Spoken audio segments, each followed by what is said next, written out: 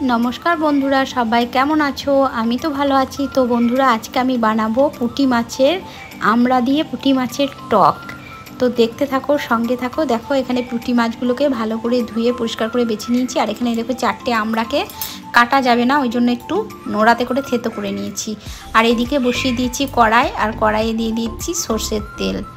তো সরষের তেলটা একটু গরম হোক, তারপরে আমি এই ফাঁকে ওই মাছগুলোতে একটু লবণ আর হলুদ মাখিয়ে নিই। লবণ আর হলুদটা মাখিয়ে নিয়ে একটু রেখে দেব রেস্টে, তারপর আমি রান্নাটা করব।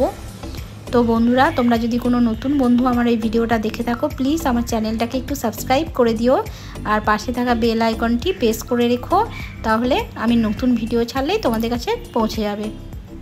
তো দেখো তোমাদের সঙ্গে কথা বলতে বলতে আমার নুন হলুদ মাখানো হয়ে গেছে মাছের মধ্যে। এখন চলে যাব কড়াইয়ে, তেলও গরম হয়ে গেছে। এখন দিয়ে দিলাম আমি একটু পাঁচফোড়ন, আর দিয়ে দেবো দুটো শুকনো লঙ্কা, আর দিয়ে দিলাম পেঁয়াজ কুচি। পেঁয়াজ আর পাঁচফোড়নের মধ্যে ভালো করে ভেজে নেব পেঁয়াজটাকে সুন্দর করে। আর এই রান্নাটাতে কিন্তু আমি মাছটাকে ভাজবো না বন্ধুরা, কারণ এখন বর্ষার মাছ, তো মাছ তেলে ভাজতে গেলেই একদম মাছ গলে যাবে, ওই জন্য এটা পাকা ছেঁচনের করতে হবে। এখন দিয়ে দিলাম আমড়াগুলো, থেতো করে রাখা আমড়াগুলো। এগুলো নোড়াতে করে একটু হালকা থেতো করে নিলেই আমড়াটা থেতো হয়ে যাবে, কারণ কাটাও যাচ্ছে না, আমড়া শক্ত হয়ে গেছে। তো এবার আমড়াটাকে ভালো করে তেলের মধ্যে একটু ভেজে নেব সুন্দর করে। আর দিয়ে দেবো এখানে একটা টমেটো। তো টমেটোটাকে দিয়ে দিলাম। এখন টমেটো আর আমড়াটাকে ভালো করে একটু ভেজে নেব। ভাজতে ভাজতে একটু নরমও হয়ে যাবে টমেটোটা, আর আমড়াটাও নরম হয়ে যাবে।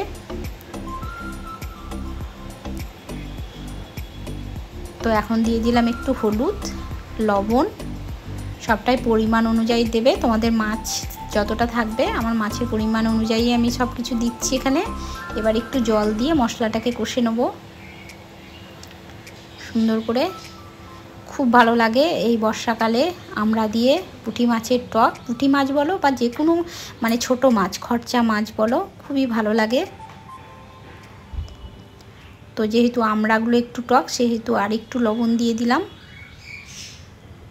আর মাছেও আমার লবণ দেওয়া আছে। তো এবার আমি জল দিয়ে দিলাম।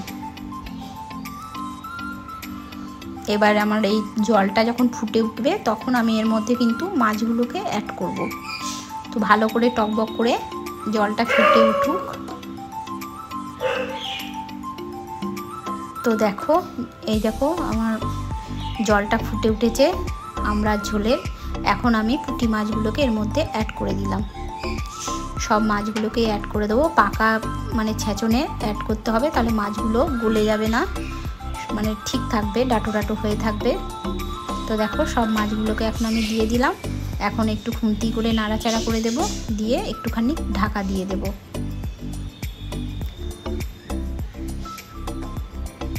আর খুবই ভালো লাগে বন্ধুরা এই মাছের টকটা খেতে আমড়া দিয়ে। তো এখন একটুখানি ঢাকা দিয়ে দেবো।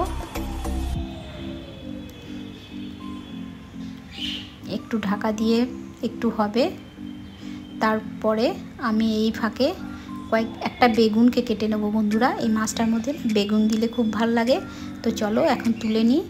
এবার আমি একটা বেগুনকে লম্বা লম্বা করে চিড়ে কেটে দিয়ে দিলাম। বেগুনটাকেও ভাজার দরকার নেই। তো বেগুনটা দিয়ে আর একটু ঢেকে দেব। আর বন্ধুরা, আমি এখানে একটুখানি মিষ্টি অর্থাৎ চিনি অ্যাড করেছিলাম, যেহেতু আমড়াগুলো খুব টক। তো চিনিটা আমি স্কিপ করে গেছি। তোমরা যদি চাও খুব টক খেতে, তাহলে চিনি দিও না। আর যদি চাও একটু মিষ্টি মিষ্টি টক খেতে, তাহলে একটু মিষ্টি অ্যাড করে দেবে। আমি কিন্তু একটু চিনি দিয়েছিলাম বন্ধুরা, এটা আমি স্কিপ করে গেছি, দেখানো হয়নি, ওই জন্য তোমাদেরকে বলে দিলাম। তো দেখো আমি আবার কিছুক্ষণ পর ঢাকাটা খুলে দেখছি আমার একদম মাছের টক, আমড়া বেগুন দিয়ে পুঁটি মাছের টক একদম রেডি বন্ধুরা। গরম গরম ভাতের সঙ্গে এই মাছটা খুবই ভালো লাগে। জল দেওয়া ভাতের সঙ্গেও খুব ভালো লাগে, কিন্তু রাতেকার ভাত যদি খাওয়া যায়।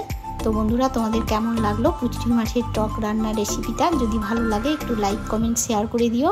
আর নতুন বন্ধুরা অবশ্যই আমার চ্যানেলটাকে একটু সাবস্ক্রাইব করে দিও। কেমন বন্ধুরা? তো আজকের মতো এইটুকুই বন্ধুরা।